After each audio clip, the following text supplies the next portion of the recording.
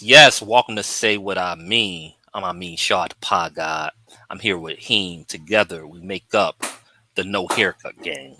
You know what I'm saying? Let's say, it's this is COVID times, and so it's you get what you can, man. Like we're not gonna be the freshest every week, so you gotta be mindful of that. But we're trying our best. But we're here and we're ready to record. And I think I say it like this: no haircut means that we're ready for to discuss that today. That means we're Ready focused. forever. It's like the playoff beards in hockey, you know. No doubt. I'm in war mode, like Jadakiss said in the verses. Feel like Jadakiss in the verses, man. That's war mode. You know? Except we're But, not in Miami. We don't live in Miami, so. oh, yeah. Jada's hilarious, but I think he really showed his personality of those two verses, the one with Fab and the one with Dipset. I think he's the greatest versus performer of all time, and I would love to see him in anything on versus. Like I think he beats anybody now off the strength of that. Like anybody, it doesn't even matter about the music; it's about that personality and energy you bring. So yeah, I want to see Person. Then I want to see the next character with Fab. It was Drunk Jada, that. Drunk Happy Jada. Drunk Jada. He was gone by He the was end of gone. He was so gone. He was so gone. that. Oh man, that was This one, hilarious. this one was sober Jada because he was out in the Yeah, gym working out and stuff. Like I'm ready drinking the green juice. yeah, So now I yeah. want to see Smack Jada. I want to see how Jada gets anybody. Yep. But like, shouts out to them for the juice bar actually. Because most of the time when rappers have these businesses, a lot of times Hmm. it's something detrimental to the community. Right. Um, Jada, Styles. I don't know why that made me laugh. I'm sorry. I mean, for real, most of the time some type of alcohol. They trying to sell some type of dirt weed. Or Everybody got scammers, a strand that's garbage. or Yeah, scammer like Soldier Boy, who just like sells like husks of like old PS4s or whatever. for real, for real. But they actually Jada Styles. They actually have something that promoting health in the hood. Right, right. So like, shout us out for them, but actually, They look good too. Like it's working because they look good for their age, man. Like I props to them and fair play, man. They look really well, good for their age. especially considering how they used to look.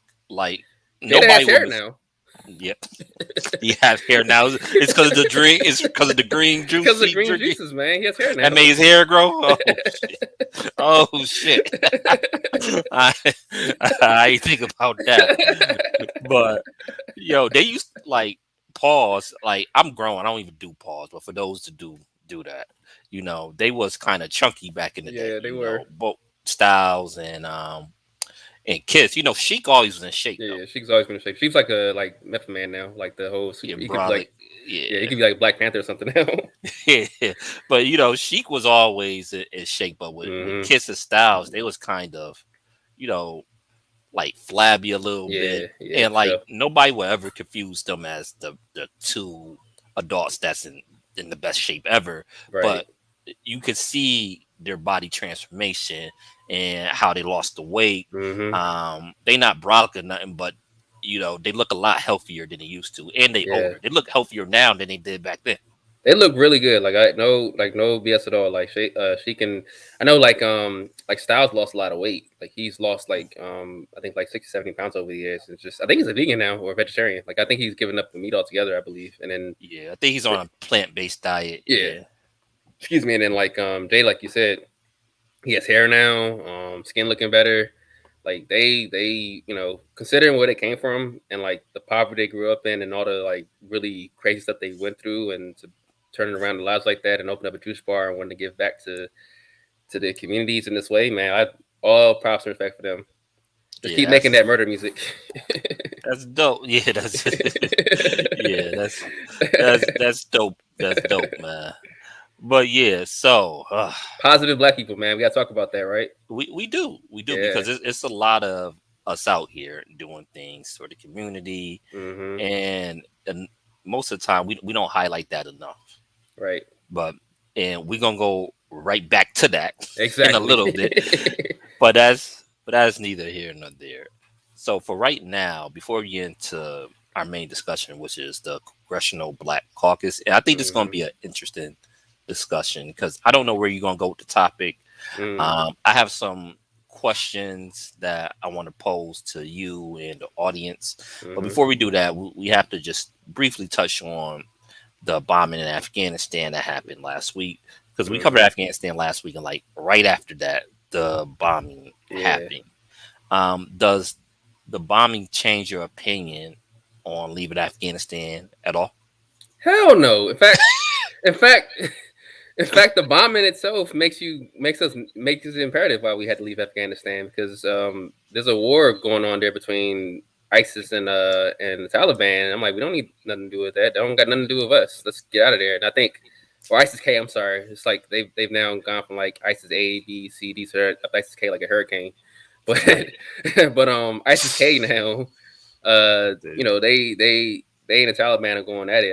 That's not our problem.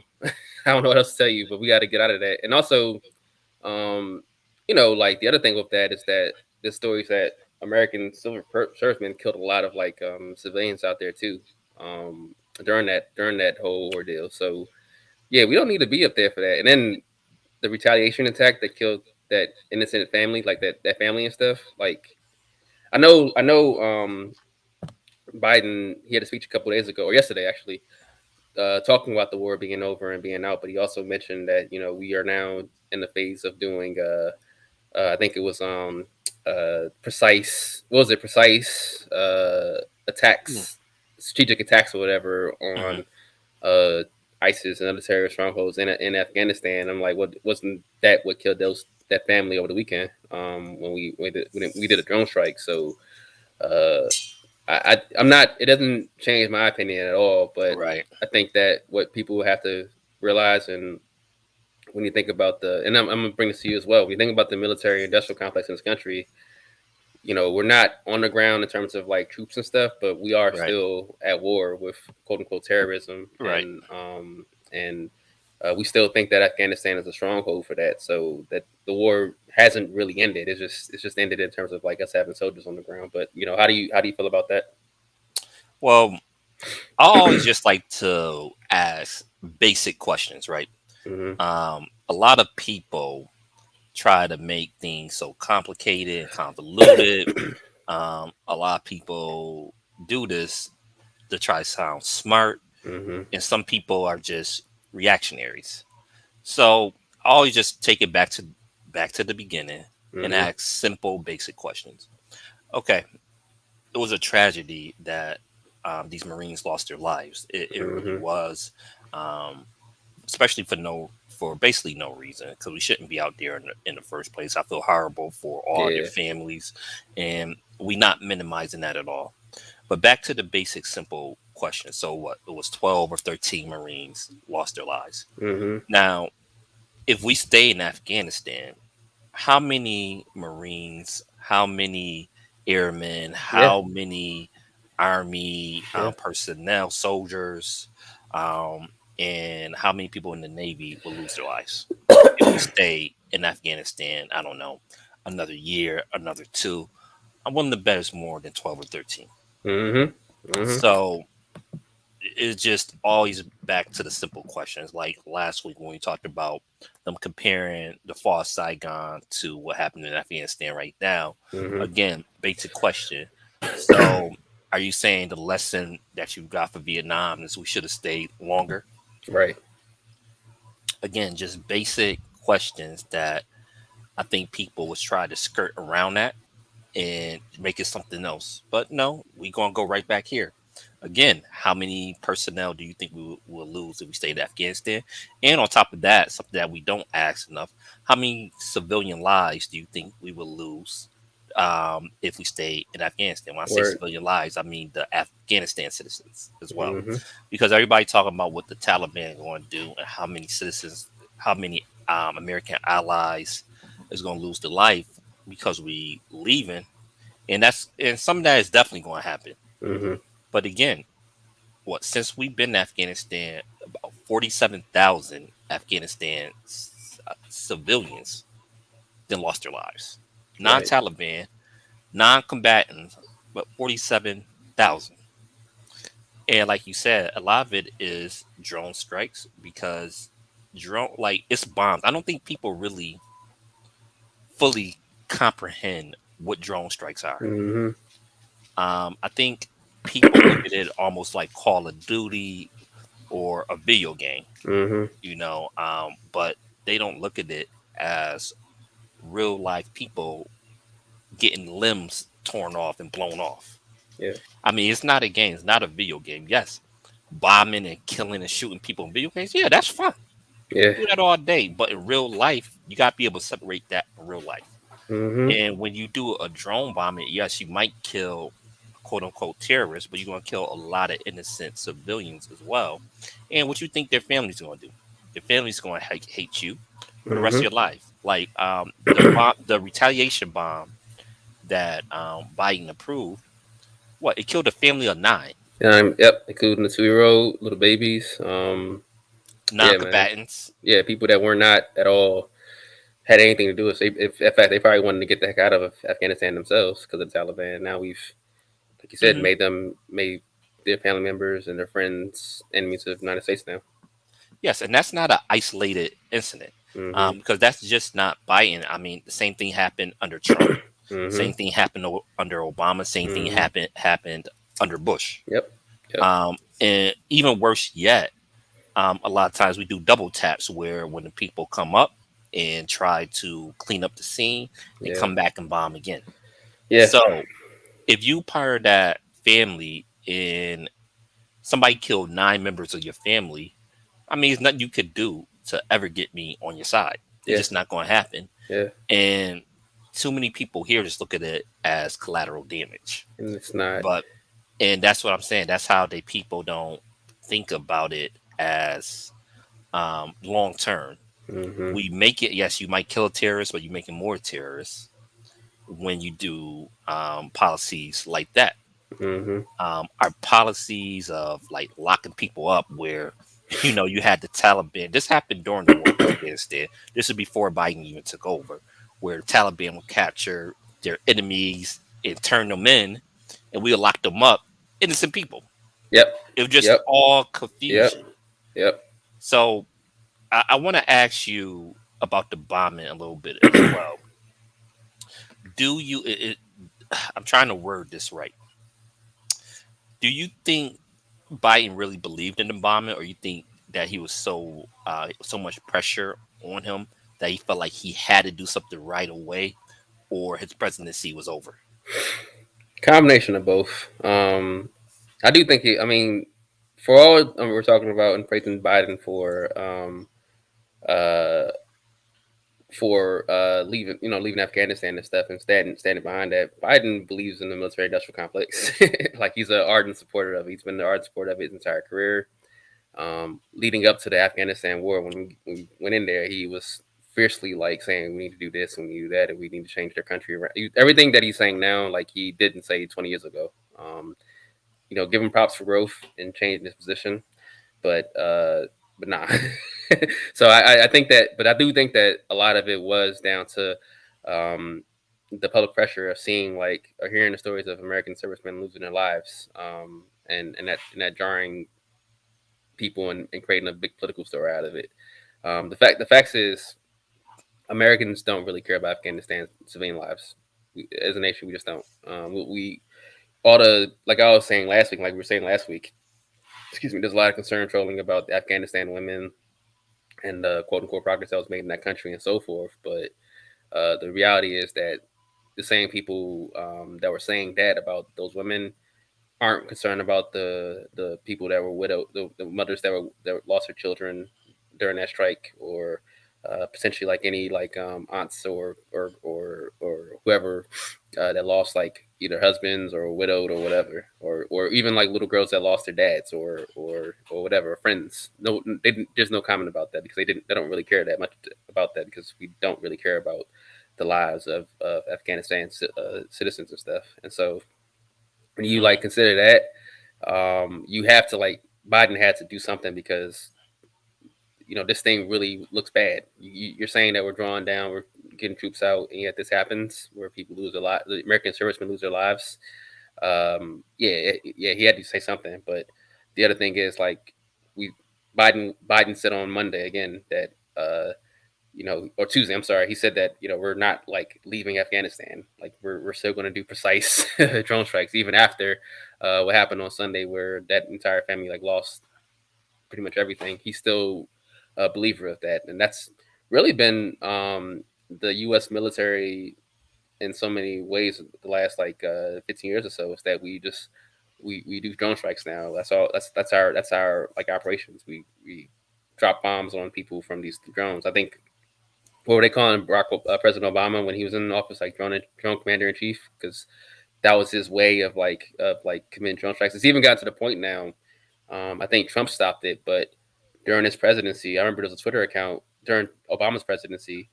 There's a Twitter account that reported every single drone strike that happened that day because that was like the thing that we reported on, and then Trump stopped that, and no one's asked for that to come back because we're okay with things like that happening quietly. And so, yeah, I think definitely like it was a political move for Biden to quote unquote exact revenge, but I also think that yeah, he's a ardent believer of those. He believes that we can still wage war against our enemies from a control room, and that's much better than losing the American servicemen. So we'll probably see more of that over the next during the duration of his presidency in Afghanistan and other countries. So I don't think that I definitely think that Biden felt the same blood boil revenge thing that a lot of people had as well, especially because he has priors to this, and he has nothing in his past says that he's anti like military industrial complex or doing stuff like this. So I mean, how do you feel about it? Well, it goes back to what we was talking about last week, and remember when I said that I was concerned that the country was going to move in the right direction, not in the right Mm-hmm. direction like this the right thing to do, but move in the Overton window to the right. Yeah. And this was my fear, is exactly something like this. Mm-hmm. And I know Biden, he's a very political creature, like Mm-hmm. most people are in Washington and most Mm-hmm. politicians in general. Mm-hmm. He sees his poll numbers dipping. Mm-hmm. His poll numbers then took a major beating Yeah. since this whole Afghanistan situation. And and to be fair, a lot of it was because of the biased reporting by the media. Yeah. But nonetheless, his polls have taken a hit. Even though the majority of Americans still want us to get out of Afghanistan, his approval rating didn't drop. So I Yeah. know the people in the White House, the political people, probably felt like there's no way that we can let this attack go on unanswered because Yeah. the media, the narrative would have been like, we leaving and we tucking our tail. That would have been Mm-hmm. the narrative. Mm-hmm. And whether fair or not, we probably felt like his presidency will forever suffer and they would call him weak. So, unfortunately, was it the right decision?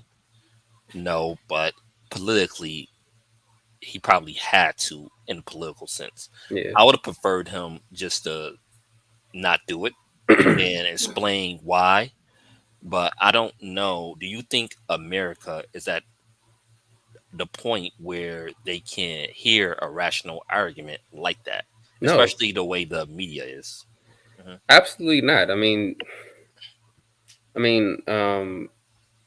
for instance, my wife is like a reservist, and you served in the military too, and she Hmm. took a class one time, and they said that I think America's not been in a war for all but like 10 years of history or something like that, something like real small like that, and this nation's about 200 and I think 55 years old or 45 years old, and for all but like 10 years of history, we've been in war. And so that's already in the nation's DNA. It's already in the fibers of the country. It's like war somewhere, someone, somebody.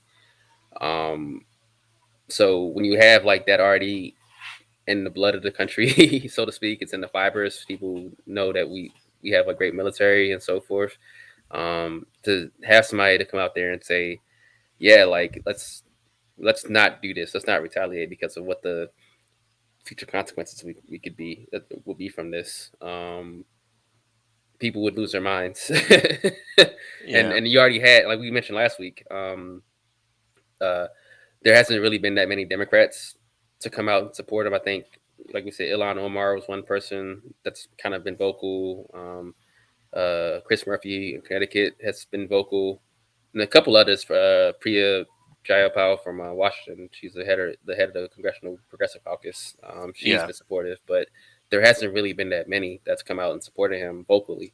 And so when you have that in mind, you have your party that's looking at this also from the political lens, and seeing the potential the media attention that could be drawn from this. I don't think I don't think Americans I don't think Americans have it in our minds to have somebody explain to us why, like, let's give peace a chance. Like, that's just not a thing in our fibers, in our DNA. It's not there, unfortunately, for a lot of us.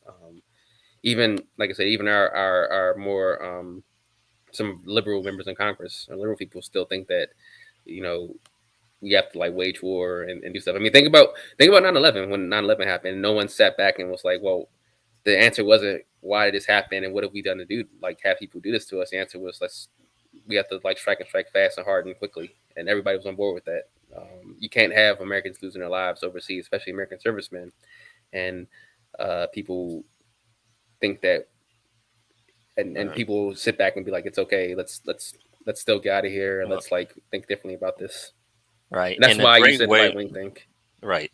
And a great way not to have Americans lose their lives overseas is not to have American soldiers overseas in the Exactly. first place. Exactly. But, that's, I guess that's too simple again. Back to It's our basic. it's our biggest industry. We weapons, military. That's an industry that we probably spend export trillions on every year, either do weapon sales or Mhm. servicemen around the country, or even like the private military industry that's happened in this country now. That's an industry in itself. Right.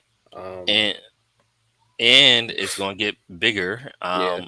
Here, the thing is, like, because Biden took such a beating, I almost wonder if this going to do more damage long term because of the beating he receiving. Like I was telling you before, that I felt like on this issue it was moving in the left direction, Hmm. more progressive direction, and I support it not just because of left or progressive, because I don't really go by that, but just the right thing to do for me. But because of this reaction, I think a lot of politicians in the future might be scared to make such moves. And like you said, he's not even getting support from progressives. And I think we talked about this in previous shows. It's like when you talk about the squad, or when you talk about the progressive caucus, it's Hmm. so fractured. And when we get into the Congressional Black Caucus discussion, it's a similar dynamic. It's so fractured. You have members that care about specific issues and don't care Yeah. about other issues. We mentioned, like, in the squad, I never felt like AOC really care about foreign policy that much, No. unless it pertained to immigration. You're right. She's passionate about immigration in the border, but when it comes to like stuff like Afghanistan, Iraq, I never felt like she was that passionate about it. I'm just using her as a example. Um, and we could go on and on and on. So, I don't think a lot of progressives are that interested in foreign policy. If I'm being 100% real with you, I know that sounds like nuts to say because of like a lot of them will say they're peace advocates and so forth. But when you like get into the nuts and bolts of it, like how many people are actually that concerned over on the left about foreign policy? And there's good reasons to be honest with you, because like America domestically is like falling apart, and there hasn't really been that much investment here. So I understand it from that lens, but you don't really hear that in the discourse. Outside of a couple issues here and there, it isn't really like that heavy. So it doesn't right, surprise me that not that they and I think we should both be clear. I don't think that AOC or the squad or a lot of progressives in Congress are support like it. Yeah, supporting right, like staying in Afghanistan. I just think that it's not in their viewpoint to say let something about this because right, they're not that into it. They're not interested in it. And she's probably an example of it. right, right. Exactly, exactly my point. Hmm. So it's just a unfortunate Yeah. situation. Um, I think now there's no, like, if this would have went in the opposite direction, if we would have supported Biden and just like he did the right thing on the situation, and he would have got praise, maybe win a Nobel Prize or something like that. Maybe we could have convinced them to pull out of Iraq completely Yeah, and pull out of Syria completely. yeah, Maybe we could have convinced them to stop bombing, because drone strikes is more than just Afghanistan. We exactly. drone in like what 6 7 countries right now. Mm-hmm. Mm-hmm. Maybe we could have convinced them to stop doing some of these other disastrous um, policies that we have in foreign policy overall. If this would have went the opposite way, but no. And can I I, also say one thing real quick? mhm. It's funny too because that speech he had on yesterday, where uh, he talked about competing with like China and Russia, like not getting the one up over that. So it's like that's been his mo. It's like we were talking about it a while ago. He's like, I feel like the U.S. is gearing up for a war against China for some reason, and I don't understand why with like all of our aggression in that region and stuff. In the South China Seas and all that stuff. I feel like there's like a big progression towards that. And I think more instead of of a Cold War. I don't think it's going to be a I'm not military yeah. action. Well, Mhm. yeah, but I'm not when I say it's a Cold War, and then he mentioned Russia as well with the cyber Right. stuff. You know, again, I always bring it back to this. We're in the middle of a pandemic.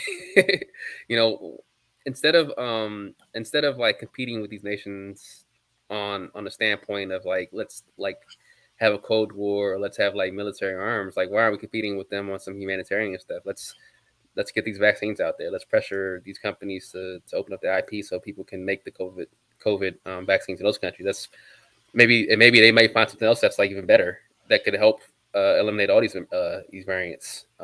N- The countries Let's. don't compete on stuff like that. I'm aware. I know that. I know that. But the issue now is that you know with this the wildfires that are going on in California and the West, and Right. with like these hurricanes getting bigger and stronger and so forth, and you have like places like I don't think we talked about this before, but like the building collapse in Miami. Um, these things are all like these are ways you can, we need to stop. You need to stop being feared and start being loved. And I don't think American leaders are interested in being loved anymore. I think it's all about like fear, and that's why we have our military around the country. And that's why we're doing drone strikes and so forth. Let's start. I'm just saying, let's start trying to be loved again. Let's like be a loving, like sees us as love and uh, sees us as a people to come to and for help. I think the love was always a facade. Yes, certain countries loved us, but it was always a lot of countries that hate the U.S. Why? Because of CIA Yeah, yeah. overthrows and all that. So I think that was always overrated in my But opinion. I'm not again. That's fine. I'm not even like arguing that really, but I'm saying let's Hmm. start doing that instead of like trying to compete with these people militarily. That's all. Gotcha, gotcha. So, I want to transition into this Congressional Black Caucus, and the hmm cat Remy. He just can't help himself. Like, He's always there. every video. It's the third. That's the third. We need to get him on a camera so he can just kind of focus on him because You wouldn't even know I have two cats, right? Because the other cat, he be chilling, minding his business. Like, if I go in the kitchen, he might follow me in the kitchen. He want to get a treat. right, He don't be all in the videos like this cat. like this You one know? is looking at the Yeah, camera. yeah. Just tish and whoring away. That's what this cat does. But anyway, I want to talk about the Congressional Black Caucus, hmm and I it's funny because I don't know. It's hard to even get into this subject because Excuse me. a lot of like I talk to a lot of just normal everyday black people. hmm Some of them don't really even know what the Congressional Black Caucus is or hmm the history of it. Some that do know despises them, hmm and some just liked a lot of their members, especially like some of the older black people I hmm know. Now this is hmm all anecdotes, so um, this is just off of my experience. I don't know what your experience been with talking about the Congressional Black Caucus, hmm but how important do you think the CBC have been historically, and how important do you think it is today? So the question is historically first. Excuse me. I feel like they're when they were founded and formed and a lot of like important like civil rights policies were formed with these groups throughout the 60s, some in 70s, and even like the early 80s before Reagan kind of just wrecked everything. I also think it's important to remember that like a lot of the members, like your John Conyers, John Lewis, obviously, uh, they were able to like kind of like get into the ear of like presidents because the Black Democratic vote was a major voting bloc in the party and stuff, and thus like they were able to advocate for things for the constituents. City like Atlanta, for instance, how does that like really blow up like that without some federal funding? Although they big highway through the city, unfortunately, but uh, and that's like a black city in general. Like it's a completely black city, like Atlanta, with black leadership and so forth. I think that over history, there definitely has been like a lot of like wins and stuff on the civil rights front. I think the big issue, though, especially with today, and I talk a lot about class. I always think class is something that race and class go together. I don't see them as like one or the other. But I feel like what's happened with the CBC nowadays is that they kind of like give lip service to race stuff and talk about it, but because their leaders are so are so like beneficial towards like capital and so forth, they're definitely okay with like kind of collecting off like the capital stuff. I mean, But that how was can you? How? the Hold older up, hold leaders up, though. hold up. How can you say that? Did you not see their kente cloth they was wearing? My bad. And they did Did make him you kneel. not? Did you not see them take a knee? I did see it looked like Nancy Pelosi and Chuck Schumer's like ACLs about to pop when they were trying to get up. But Yeah.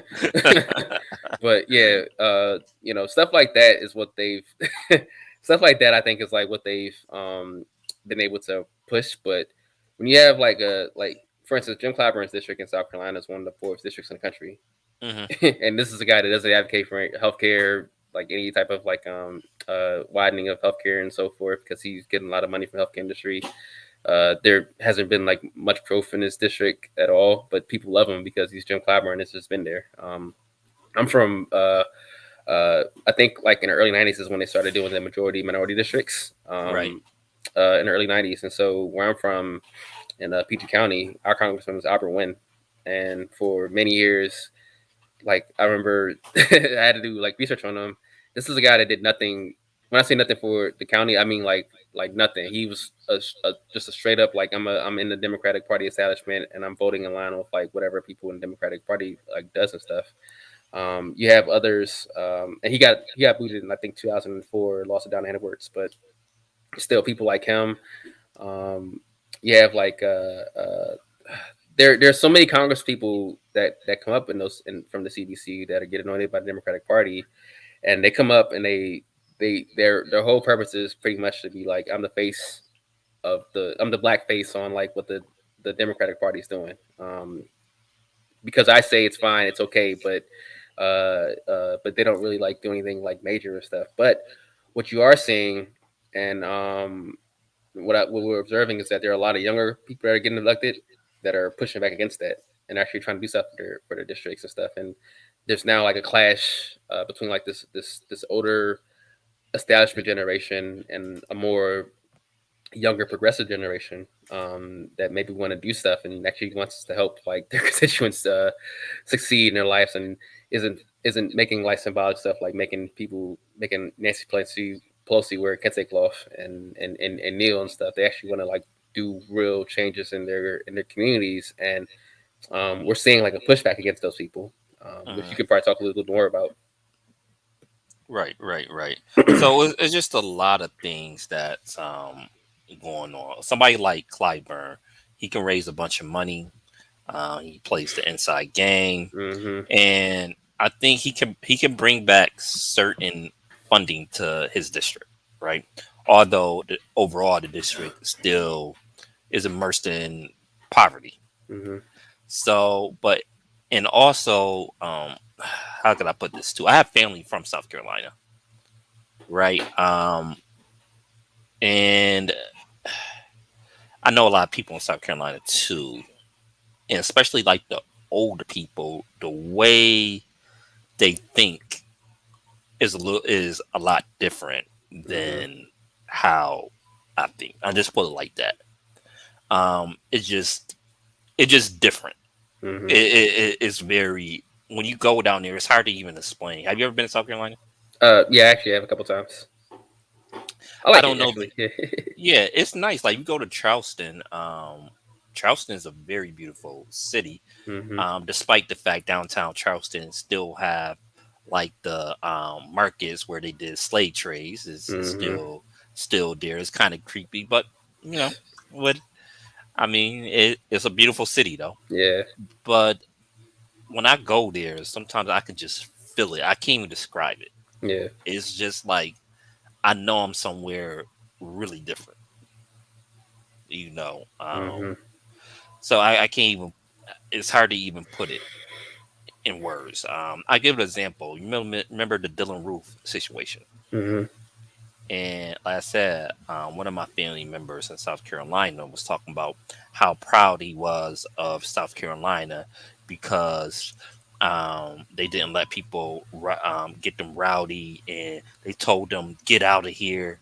And they was really happy about the church services and basically the forgiveness and all that. Right, right. And I was just looking like, are you are you serious? Yeah, this isn't. Yeah. Right. So that's just a minor example of what I'm talking about there. Hmm. And don't get it wrong. I know some writers in South Carolina too, because I got some of my family members are kind of radical that live there as Right. well. But it's it's just a different place. Yeah, yeah. Um, in Clyburn, a lot of it is not just South Carolina with this part. If you likable, if the people there like you, a lot of times if they Hmm. personally like you, it trumps whether you bring in homes tangibles or not. Right. And Clyburn could say I'm fighting for this, I'm fighting for that. Like he been pushing his that 10-20-30 program forever. Hmm. Like you familiar with that ten You twenty thirty can program? explain it. Excuse me. Okay. And this is something that Bernie Sanders tried when they asked him did he support reparations. He said no, but I support Clyburn's 10-20-30 program, which was a terrible answer. And it kind of like put a sour taste in my mouth about his um campaign, Hmm.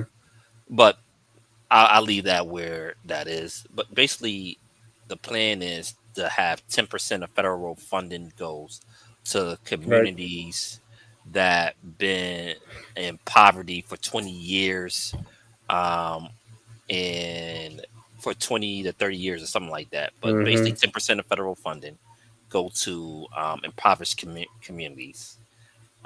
So he's been pushing that for a while. Hmm. It's not a race-based policy; it's more class-based, which I wouldn't mind if they passed it. Hmm. But you know, It's not the only thing that should be done. It's more. well, not the only thing that should be done. But when do you see Clyburn on TV talking about it? Wow. You're right. You're He get right. on TV and he can go against Nina Turner campaign. You're He right. fought really hard about that. Hmm. But when do you see him really fighting for that policy that he introduced? That's his Hmm. bill. I don't I don't see him really fighting hard. I know people could say behind the scenes, but behind the scenes a lot of times don't matter if you don't put public pressure on it, if you don't Right. get public support for these programs. It's always going to be in the background. It's like we talked about a while ago with the Cory Booker's baby bonds that he didn't at all push for. It's the same exact thing. Like Right. it makes you when that happens. Am I? You hear like a little bit of feedback on my end? A little bit. A little bit. Okay, Yeah. I'm trying to figure out. I don't know why. I have no idea why, and it's gone now. Um, it's still there, but anyway, it reminds me of Booker with that plan and how it's a great plan. It won't solve all the problems with childhood poverty, obviously, but it's a great Hmm. plan, and he never talks about it. It's almost like it makes you wonder if they're like genuinely like passionate about these plans that Right. they even put up. Is it just a facade? And that's actually a big problem that I have personally with the CBC is that Exactly. um, they push a lot of these stuff out there that feels like a facade, and it feels like it's a great idea, but they don't actually like do anything with it. They don't actually like try to garner public support for it. you look at something like Medicare for all that 6 years ago, Americans weren't even thinking about, and now it's like something that a lot of Americans passionately want, and that's just because Bernie Sanders and a lot of progressives talked about it a lot and put it Right. into the conversation. Um, Right. these different anti-poverty programs that Booker and Clyburn and others may have, you never hear them talk about it, and Right. it just falls to the wayside where you have to explain it to people about what these different things are because they're not doing it.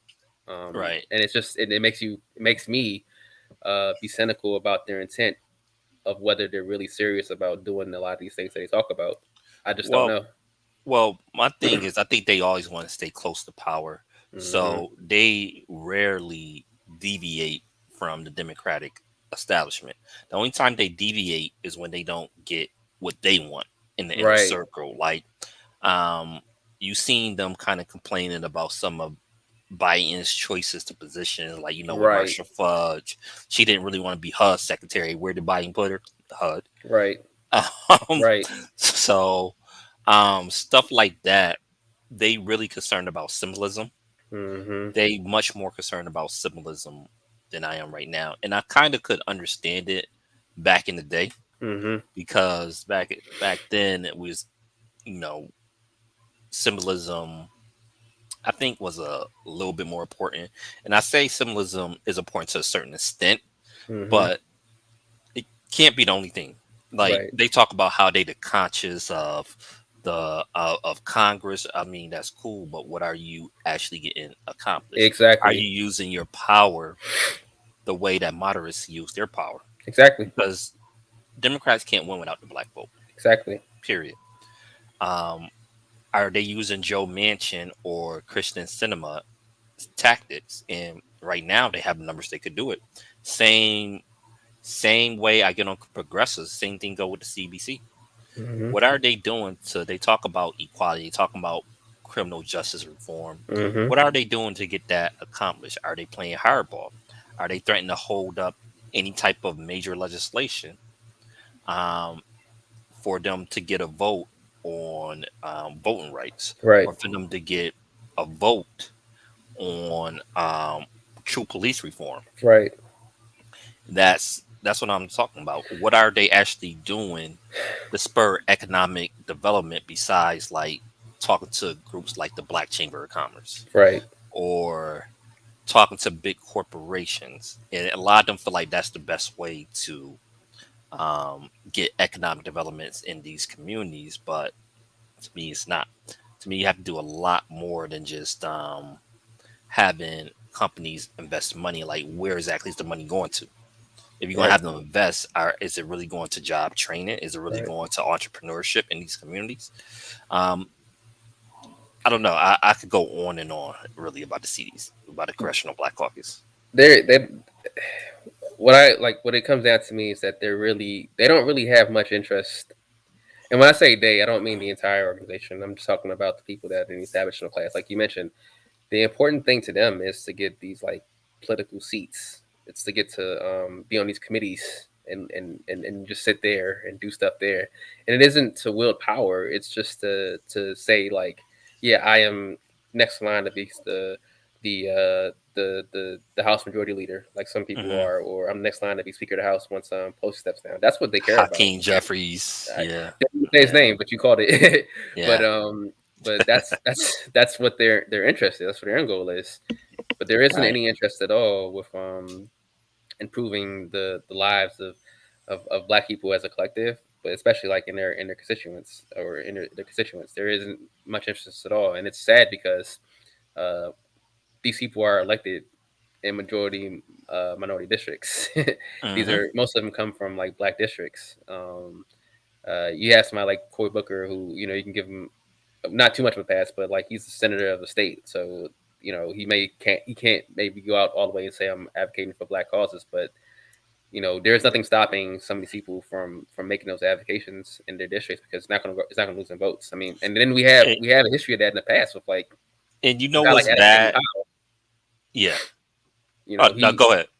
Adam Clayton Powell, like he like they have statues for him because he helped like shape Harlem to be what it is.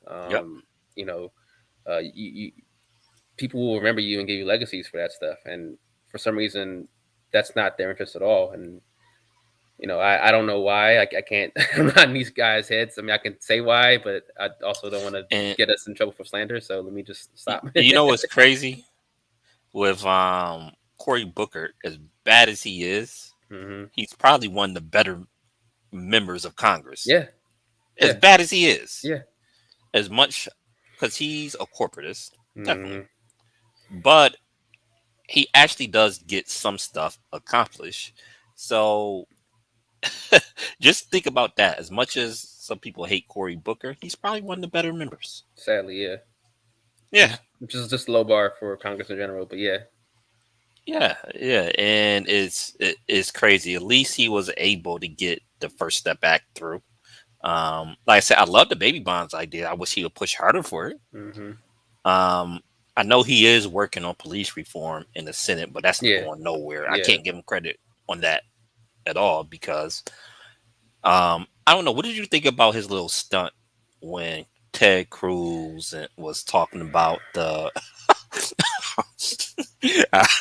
when Ted You Cruz was talking about the defund the police and he called the bluff and it passed, what was it, 97-0 or something like that? 99 nothing or something like that, and Yeah, it's like it's just bizarre, isn't it? Because like a year of us like all people protesting about what happened to yeah. George Floyd, and like we said before, they wore the kente cloth and took a kneel to advocate and support of like black causes and so forth. And this is something that's a black cause. It's like Hmm.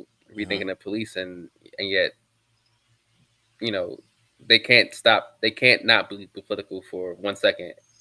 Right. And they were like, let's take advantage of this and let's make Ted Cruz like an idiot. Haha, you look dumb for we support the police now. And it's like, bruh, like no one's not supporting the police, but can we like think about changing how policing is done in this country? Can you like from your position Right. in Congress do that? Oh, that's not at all in your mind, and it's really unfortunate. But that's just the CVC, man. Like you know, it's early September now, so like I don't know if they're doing it this year, but in the past, the biggest thing down here in DC was the CBC weekend. That was like the huge event, and I have a lot of friends that Hmm. are affiliated with that or work around that and so forth, and are probably like that. The people that I'm criticizing and stuff. And I tell them to the face, I'm like, y'all ain't shit to me sometimes.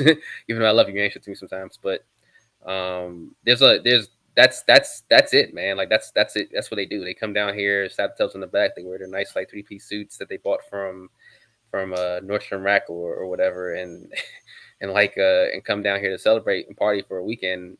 Meanwhile, like uh, you know, 4 blocks up, like there's a housing project, like literally from Hmm. where they celebrate and stuff. And so it's just I don't know what the leaders or the established people in the CBC's focus is. Again, I don't want to slander anybody, but I don't see like anything that they can be proud of that they've done in the last since pretty much in the civil rights era movement in the early '80s. Like there hasn't really been that much they can be proud of. It's just a lot of people that are getting into political positions and saying they can hire black staffers that come from the same backgrounds that Yeah. they are, but nothing, no real like It's big wins. tangible. They'll say, "Oh, we got Martin Luther King birthday to be a federal holiday." Great, I support that, but Yeah, that's you know not something that would improve the lives of black people every day. And I we got support the Juneteenth. holiday. Yeah, we got Juneteenth, which is Right. great, but it's Great. not I like love it. it's a symbol. It's not a tangible. It's nothing about that's gonna make Right. people's lives better. Getting Harriet Tubman on a $20 bill, getting Andrew that piece of Monster, yeah, monster, crap Andrew Jackson off it. I yeah, support that. But again, day to day, is it going to improve most black people's lives? No. And anything, the CBC has supported some horrendous policies. They folded to Bill Clinton and the crime bill yep, because when the crime bill came about, they say, "Oh, black people supported a lot of the CBC did fall in line." However, there was members that had their doubts about the bill, but Bill Clinton called the meeting into that White House, and he got them to fold on it, hmm, and they ended up supporting that horrible crime bill.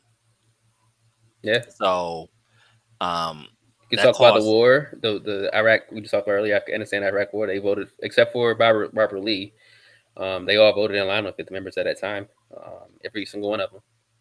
Right, right. They didn't push back on Obama nearly hard No, enough. no, especially considering that the largest group that lost the most wealth during the '08 recession, housing crisis, was black people, and Hmm. there was no pushback against that at all. Yep. Like almost zero pushback Hmm. against Obama. Obama basically ignored a lot of black issues. Now, I won't say he did nothing because that's a little bit too strong in a statement, but he didn't do nearly enough. Hmm. Enough. Like he had to promise neighborhoods. I guess it was an effort, but it wouldn't have been how I went about it, and the results I don't think has been that great with Hmm. with that type of stuff. Um, but my brother keepers and Hmm. all that stuff he had again, it was something. And but Nonviolent drug offenders stuff, that the sentencing guidelines for that, they changed that, which was positive, but it wasn't like a lot. right, It wasn't that like impactful. right, they could have pushed him a lot harder. Yeah, yeah. Right, right, they could have pushed him a lot harder. Um, Again, they could push Biden a lot harder as well. They could push Congress a lot harder. There's no talk of police reform. They should be. They love doing protests. Like we should be doing protests every day. That's what they like doing. Do a protest every day about police reform.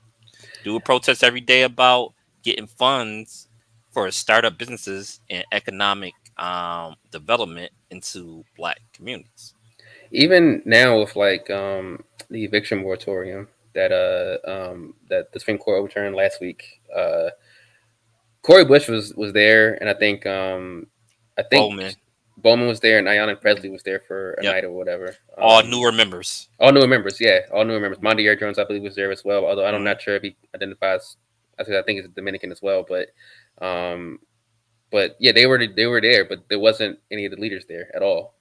And there hasn't really been any talk about that at all. And they were totally willing to go home Hmm. while people were about to get thrown out in the street stuff. And even now, like that's about to happen again. And there's not any talk at all, and that's going to impact so many black people. Yep. With the eviction moratorium being overturned, so I think that the leadership is problematic. But I do think that Corey Bush, Jamal Bowman, Mondier Jones, um, Lauren Uh, Underwood in Chicago and stuff. Like there are young progressives that are coming in now and are trying to shake up things just somewhat in the CBC. I don't know how successful they're going to be because these old stodgers don't want to go anywhere, but yeah. they are doing some stuff. I think that personally, like what has to happen is that um, sometimes conflict is good. Conflict of ideas is good, and I think that in the Democratic Party, especially, so many people are afraid of conflict, Right. and there's reasons why. I But mean, it's because but the issue is because they're thinking as career politicians instead of as people that were elected to do something for their communities. And you're gonna have to see more people to start like calling out what's happening and embarrassing people right. if need be. You All know. right. And I think this was a good discussion. I just want to end it like this. I think to see the Congressional Black Caucus, the problems that they have, you see in a lot of legacy Mm, black organizations. mm, I think you see the same problem with the National Urban League, the yeah. same problems with the NAACP, Yeah. Yeah. even the same problems when it comes to like fraternal Yeah. organizations, the Greek organization, the Black Greek organizations, Yeah. or even HBCUs. HBCUs. HBCUs, Yeah. or even Prince Hall Masonry. Yeah. Yeah. You know, same same type of problems. And I just leave it at that. I There are think older we people that don't just want to get control of. That's what it is. They don't want new ideas. That's kind of what you're saying. Is that they've yes. got in and they're doing their thing and they don't want to see changes because they think this is what success looks like. you know. Is that, and then they don't have enough younger people, and a lot of younger people that do end up going into these organizations is there for career moves. Yep. Yep. So we just have to, I think we have to find new outlets because we're not a monolith. I think black people, a lot of different black people have different visions of how to improve our community, and you have to find people that you not agree with 100%, but you can build some type of coalition to make Word. certain policies happen that we do agree with. So that's what we have to do, and I think we might have to start looking away from some of these legacy organizations and just build within. So I'll But leave it at that. I agree with Go ahead. that. The problem is that so many of them want still want to be up in the cameras. I know, like Hmm. this weekend, for instance, down here, there was the march, the march for voting rights, which is also like the anniversary of the march on Washington that Al Sharpton Yep. led. And Hmm. you know, I'm not at all. I never have a problem with civil disobedience in some regards, but this isn't civil disobedience. This is just the organized march that is raising awareness, trying to raise awareness an issue. But what is the tangible impact of this? What is this actually the right way to kind of like create that attention that needs to move the needle? And I'm not sure. I'm not sure it is, but Al Yeah. Sharpton will say that, like, yeah, I've done enough, and I've made my like If bona you want fides to for the year. if you want to protest, you should protest the Christian Cinema office, Yeah, or find where a event that biting at and protest right there. yeah. You gotta you like I said, conflict of ideas is good. Pro Um, protest at, and if you say okay, they might take that as a badge of honor. Protest Chuck Schumer every day. He's the Senate Majority Leader. yeah. And he's from Brooklyn. Mm-hmm. He's forced to listen. Protest the right people. Don't just protest the protest, like you saying. Mm-hmm. Have some type of strategy. Protest, protest Schumer, and protest Schumer, making sure be like Schumer, you need to get Manchin, you need to get Cinema in line, and we need to pass this legislation. I remember, and I know we don't have much time left, but I remember, like during the early days of Trump, and people were going to like the restaurants and harassing like Trump staffers and stuff. Right, You right. know, if this is that serious to you, which and again, I that what I was going back to earlier, I'm not sure it's that serious to them because they haven't been moving in that way. You've got to like you got to go to where people are and make you got to make life uncomfortable for them. I'm not saying call like overstepping. I'm not saying be violent, but I'm saying you have to make people's lives uncomfortable. And right now, people in the CBC don't do that. And these organizations, like you were talking about before, they don't do that because at the end of the day, they're careers themselves, and they see opportunity, they pounce on it, and instead of doing things for the people, they are careers, and they Word. have careers online. That's what they're thinking I about. think we need more hood people in there too. Yeah, for For sure. real. Like, We cause need Jadakiss and Styles P, man. word, yo, especially Styles. You know, you ever see him in that radio station? We need Styles P. I don't give a f who you are. So f who Yes, you are. I don't yes, care about a pretty. yes, Watch your man. car. Yes, we need We Styles in there. we need D Block showing up at like Chuck Schumer's like spot, man. Word, word. That Talking about uh, voting rights, man. We need that. for real, because you notice, Corey Bush is a little hood. Oh I love it. yeah, yeah, I love it. That's what we yeah. need. Like, and I know some people. I remember when she first ran because she lost the first time. Hmm. One of those Fox News people. They tried to make her seem like she wasn't smart because they asked her a tax question and she didn't know it. Okay, Hmm. that's fine. As long as you vote the right way when it comes. I don't, like you. I'm not expecting nobody in Congress know everything. I'm not expecting you to be an expert on every aspect, Hmm. but you know when it comes to the passion, when she's more connected with how a lot of our people is living. Right. And so I okay, you don't know a tax question, fine. You know what it likes to be homeless, and you don't Exactly. want when you don't want people to feel that. Okay, you speaking up on major issues. Okay, I'm rocking with you. A tax question you can learn. You can find out how that stuff is. It's something totally Yep, different where you can say like, "This is how I've lived," yep. and I don't want people to live like this. And I think that we need more of that in the CBCs. People that are coming from backgrounds Hmm. that aren't that just either aren't from the political elite class Right, or aren't like 75 years old and the only thing they've done is say I've marched for King in the 1960s, which isn't relevant in 2021. word, word. I think we need more people from different backgrounds And to you're gonna kind of get progress me things. we gotta end it, but they get me mad with the Martin Luther King thing because they not even following King. King was radical as hell. Oh, they no, He- they co-opted his vision the same way the conservatives co-opted the vision. They do oh, the exact same thing. It's not at all different than me. he would be Martin Luther King would be blackballed today. Yeah, yeah, and he was blackballed at the end of Yeah, his back term then too, anyway. he Yeah, wasn't right. yeah, King was extremely radical. yeah, People have the whole and like it makes me upset because the more radical black people look at King like he was a sellout, like he was a punk. Like nah, especially towards the end of his life, yeah, King was almost as radical as you can get.